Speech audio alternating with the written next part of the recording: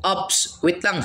Huwag ka muna mag-scroll at syempre, magbibigay ba tayo ng ating word of the day at sagutin natin ang katanungan na to. Ang sabi dito, which of the following below is not a material crime? So yung ating katanungan ay napakaikli lang pero ito ay makakatulong din sa ating board examination. And tandaan natin class, no, meron tayong formal crime tsaka yung material crime na tinatawag natin.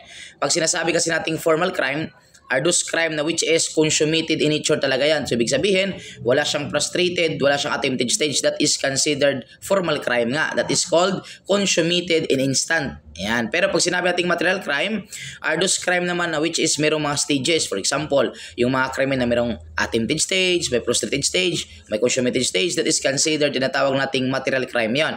Ngayon, sa baba, saan daw dito yung hindi? Kasi sabi niya not a material crime. Okay, letter A, murder. Letter B, homicide. Letter C, libel. Letter D, parricide. So, saan ba yung kasagot natin dito, class, no?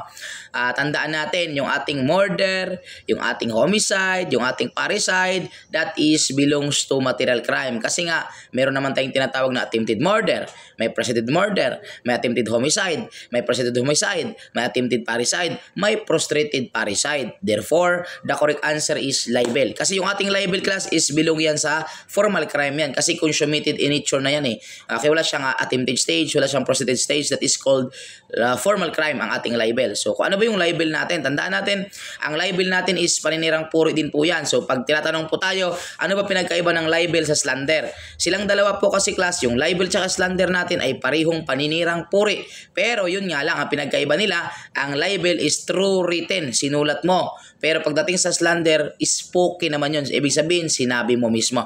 Okay, so yung the correct answer dyan is Charlie. That is formal crime, hindi po siya material crime. So sana nakatulong sa inyo at syempre, ito pa din ang inyong lingkod, your Mr. Word of the Day, Emmanuel the Master Schumann, Villa Easter Villacarlos, a CBRC National Lecturer and a Registered Criminologist, nagsasabi sa inyo na para pumasa sa board examination, kailangan natin ng baso siya at tsamba. Baso siya, basa, sulat, and share. Sabi ng tsamba, tiyaga, sipag, at manalangin bawat araw. Thank you so much. God bless you all.